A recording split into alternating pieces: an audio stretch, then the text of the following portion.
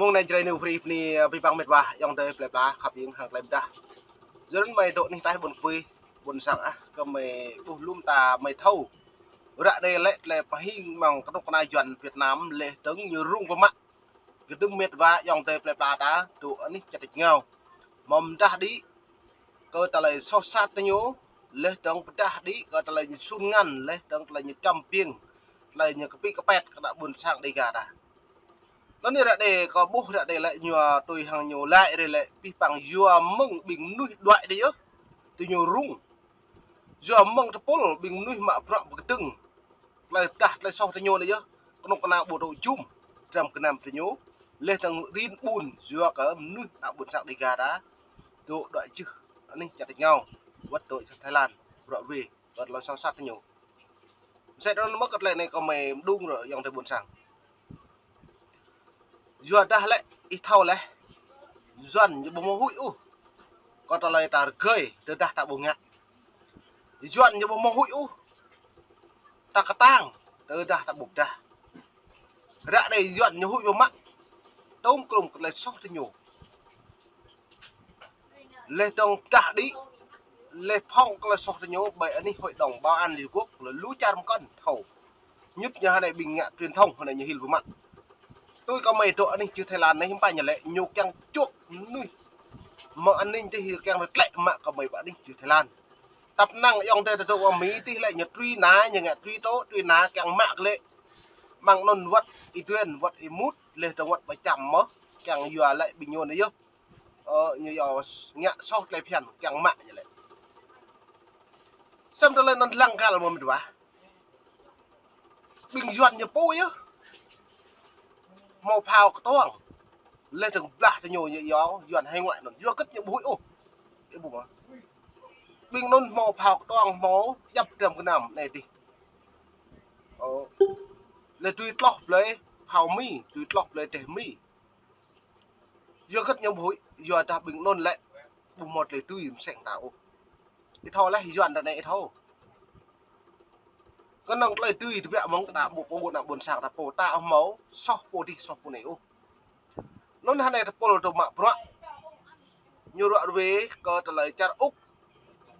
như đó HR yom thư chặt úc yom thư Việt Nam càng chứ nhẹ sốc lấy phiền nó có mấy càng liệt lên bẹt yang buồn sang hàng ta này một cái lằng lấy lên này đối thoại nhân quyền hầu như vô hiệu với Việt Nam và cần có cách tiếp cận mới. Bà Daniela Gibson, giám đốc quốc gia Australia của Human Rights Watch nói trong thông cáo, thay vì tiếp cận theo kiểu thụ động về nhân quyền, chính phủ Australia nên gây sức ép để có những cải tổ mang tính hệ thống dựa trên các mốc đánh giá rõ ràng. Tổ chức theo dõi nhân quyền toàn cầu cũng nhắc lại những thành tích tiêu cực của Việt Nam về nhân quyền, bao gồm hơn 160 người đang bị giam giữ vì lên tiếng phê phán chính quyền, vì các nhà hoạt động môi trường đang trở thành đối tượng bị chính quyền nhắm tới, đứng thứ 3 thế giới về số lượng nhà báo bị cầm tù. Human Rights Watch khuyến nghị chính phủ Úc cần tập trung vào 5 lĩnh vực ưu tiên về sẽ đó nên mong cái là chính phủ Úc mò mea cho nên kèm ta đi lấy từng hầm ta cái lấy bình duyên ta lấy cái pet mang pol lấy phiến lấy đồng lúm ta cái lấy ngạ sát ta lấy sốt nhiều có mấy càng đúng là giật lê rồi về này lấy chính lợt lọc lúc lần lợt lọc lúc xa lần chút thôn đồ bảo của lúc bạn này bị bị lần này nó ta lấy tôm klum hay tầm rơi tầm đi hay tầm rơi có mấy màu mạ một lấy hình mở ní trả đánh nhau đầy vui hoa MHR còn ta lấy ta yom thư cái nào cũng sẵn Việt Nam prem chứ cái lấy ngạ sát lê từng lê từ đã nhiều bộ tùy cướp nhẹ lấy phiền ra đây bố trăm cái nằm thì nhú làm bộ càng đội chung bởi tập pol mà bro đắp cha xịn lẹo nên hạn này nhà hill với mày á cái từng biên tập pol nạo buồn sáng lê từng vật nạo buồn sáng cái như phố vật lum nuôi nạo buồn sáng đi gà ta dùm ta rim thun nằm đúng nằm ta bởi đi hội đồng cơ ta lại đoạn ruê và đi chặt nhau lại sốt sắt từ nhung nhẹ sát rồi nhạ bị pet nạo buồn sáng đi gà ta nên một bà cật lại này lại tôi mừng niệm nắp tôi nhập buồn lê phí bằng bọ tơ đã mò đâu mất lại niệm nắp lê đồng phong lại sốt thứ nhủ vật chặt nhau nhú sụp phong lại sốt ta phí bằng hàng lại ngạ sát bình tập pol nạo buồn sáng đi gà đá hàng lại mạ vua hàng lại dần như vậy nó đã bộ này lum nước nạo buồn sáng lại giờ được có mấy độ hiện nay hiếm ba lại dần này nhục tháo hụi ô nó lại doan nên mệt vả bởi dụ như bố hụi u nhu hụi lại lại phao toang lại làm cái này như hụi nhu hụi cỡ phong lại so bằng truyền thông đấy như hụi lũ dòng tề là tội trả Mỹ mệt vả yang buồn sang tội trả này lục trả Việt Nam lũ đã nghe sao ta gỡ tập nào mà khi đào vô cái lại đào lại bổ lại mà lên tầng nào cứ yêu đào đào đi rụp cái bộ xong đó lại nó bí bằng pro ta năm hụi ông một vài lại đào rụp và đào đào nan ấy đang nghe sát ấy hà hơi như mày cứ kèm nun lại như bà doan lại như neo vô lại cầm như càng nghe sát ấy lên tầng mộ nó càng tanh càng trun càng ta càng tê ép tôi ép được lặng càng tao mượn hẹp rồi nhung khi ta rụp hội đồng mạng hội đồng gì lại nó nhớ phục gì tập bổ mệt bà cái thao lại doan lại nhiều lum này tụi mạng như cả rẻ ở đây lại nhiều pre chrai ta thằng chrai ta đê thằng đê con hà thằng nào đó nó lại tôm lồng một điểm nạp lại đằng càng yêu bộ bút tí nhủ mà pro có được bó asan có lại kê cao lại phiền này nhắm bạn nó đá chúng ta bởi cái đương rằng vừa ta bởi đi rằng màu này còn tung haram làm ít liệp phong lại sau tí nhủ mà cứ bị phổ đáo mà cứ bị nuôi bình cao hàng lại kê cao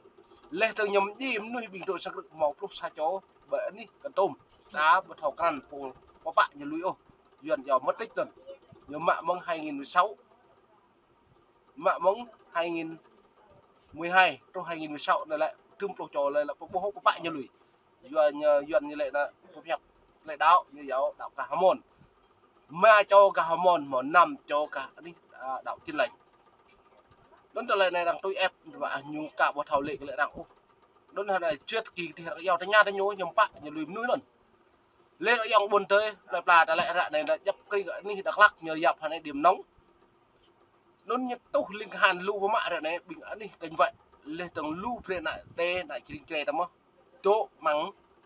buồn sang ta kề thằng dòng trời phù là phù nó bình mệt và bị thầm răng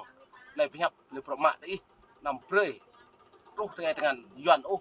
dọn ra gật bình mà trúc thằng bình nhồi như vậy như nằm đạp đi đang phơi bạc như sệt rượu tập năng sạp lồng pre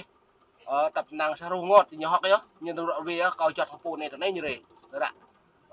chọt phù đi lớn như rượu loại về cho nên nhớ và tôi lại ngọt dòng tới buồn sang tay như ngã sát lên đằng dầu lời ngã nó lại chỉ bây giờ nhũ chậm nhập pre cái độc này doan nhập việt bảo huyền chậm chậm sải cơ ta lấy luôn nó vi bằng pro nằm hụi nằm rung rang ô lời này dòng tới buồn sang pre ít khóc chấp lên từ vi bằng pro này lại rằng xem lặng anh lần chặt được người ta vừa đang mang thôn plan đấy ở pi thôn plan nhớ cơ ta lại bần rừng bởi nạp rằng